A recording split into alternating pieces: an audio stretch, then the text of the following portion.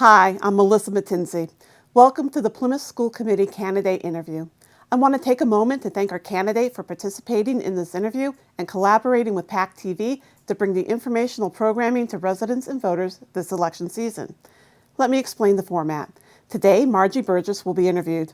Margie will have 2 minutes to introduce herself, speak about her background, qualifications, and why she's running for office. I'll then ask a series of questions related to local issues. Margie will be hearing the questions for the first time during this forum, and she'll have 2 minutes to answer the questions. After the questions, she'll have 2 minutes for closing remarks. The 2-minute time frame will be shown on the screen for her to see. We're going to get started with opening statements, and Margie, you have 2 minutes. Okay. And thank you very much for offering me this opportunity to interview for school committee. But I really wish to thank all of our staff, teachers, and everybody just for the exceptional work that they've done educating our kids in these very, very troubled and changing times. And I'm running for re-election for our school committee to continue moving forward with the changes that COVID has brought to us. Our administrative staff have all changed due to retirements, and our staff has had a monumental change in the way they perform. Teachers going remote and hybrid, and again in-person learning.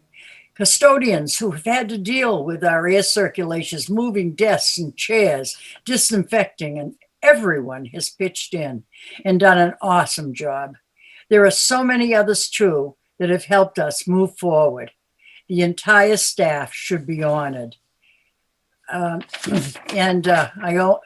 kind of forgot the people that were putting up all the food for the children, because that has been also a big task and so much effort. And this year, of course, they were all free, so that's good, both breakfast and lunch.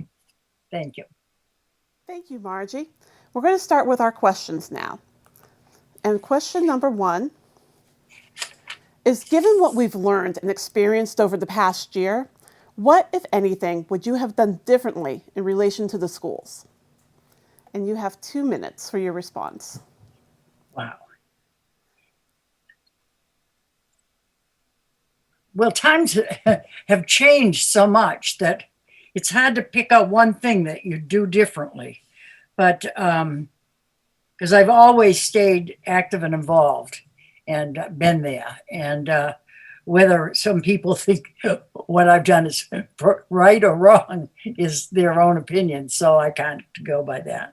But I think that we've done some wonderful things, and we're going to have to be different going forward. I think that we can't even plan on going back to the same thing we ever had. Life has changed for all of us in many ways. So my biggest concern, I don't know if you're getting into concerns, but my biggest concern, of course, has always been the vulnerable children. And I wanted them back in school early, and they really needed it because their counseling was there, their food was there. It was just a very, very important thing is to have them there. And so that did happen. So that was a good thing.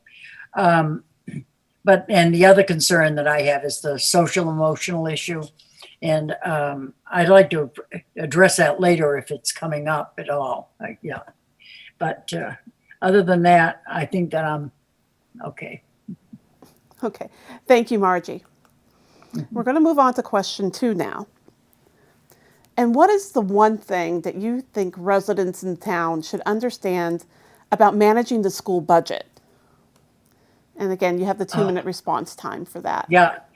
Well, managing the school budget is difficult, but we really haven't increased it much because it's mostly payroll and all that goes for the school budget. So there isn't really much left. We had everybody cut everything to the bone, and of course we don't know what's going to come through with the COVID and how much money actually we'll receive or get for sure. So it's a very difficult time on school budgets.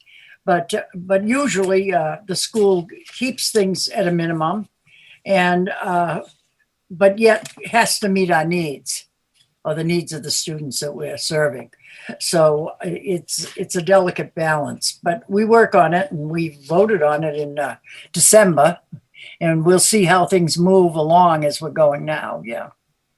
So we have to put money aside sometimes for certain things. This year is negotiations, and there's all kinds of factors that play into it that you can't even figure yet. Great. Thank you for the response, Margie.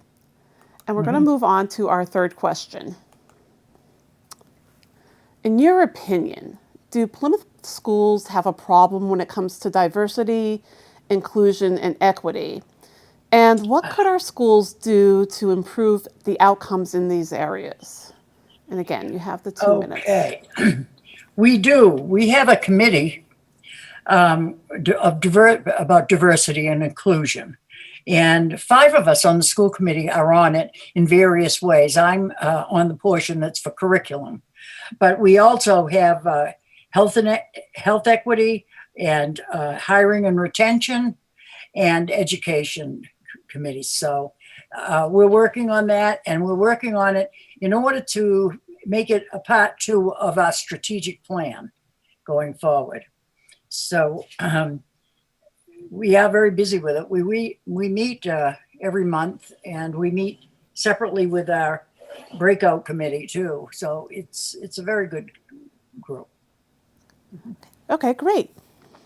And now, Margie, we're going to move on to our closing remarks. All right. I was going to talk about social emotional. Do I have time on that, on what I have? You can add it to your closing remarks if you'd like. Okay. All right. I would have liked to have included it with that, but okay, never mind. Okay. So my closing statement would just be to thank everybody again, and hopefully I get your vote. I have been a 23-year member of the school committee, but I've been active in the town for many years. I'm a lifelong citizen. I'm on capital outlay. I've been a register of voters, 18 years a town meeting member. I'm on the town building committee. I'm chairman of the town's energy committee. So I really keep going, and hopefully that moves forward. I do want to say something about social emotional. I'm so glad that the students are now back in school, so that we'll be able to see how it's affected the children. We've worried about it, but we really didn't know. When you don't see them, you can't tell. And I don't think even they always know until they're back into their usual settings. So I'm worried about the mental health issues moving forward, trauma, anxiety, depression, disconnected students that were isolated from not seeing their friends. And so we need to create a caring and safe learning environment for them that'll assist them with any emergencies they have and follow up.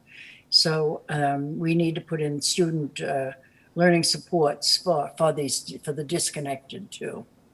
So anyway, and I just want to add that as a part of my ending. I am a big supporter too of the arts. I think that there's a lot of kids who come to school that need something. Many do sports, but the others do arts. And so I am a huge supporter of that, and all the vulnerable. And Margie, we've hit the 2-minute mark.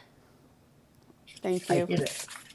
Yeah. Thank you, Margie. And I want to thank you for participating in the interview today. And we wish you the best of luck throughout your campaign and in the upcoming election. And for our viewers, we thank you for joining us. And if you're interested in watching replays of this interview, visit our website, pactv.org/elections, for replay times and online viewing options, including PAC-TV's on-demand and streaming service, PAC-TV Prime. And please make your voices heard by voting in the election on Saturday, May 15th. Thank you and good day.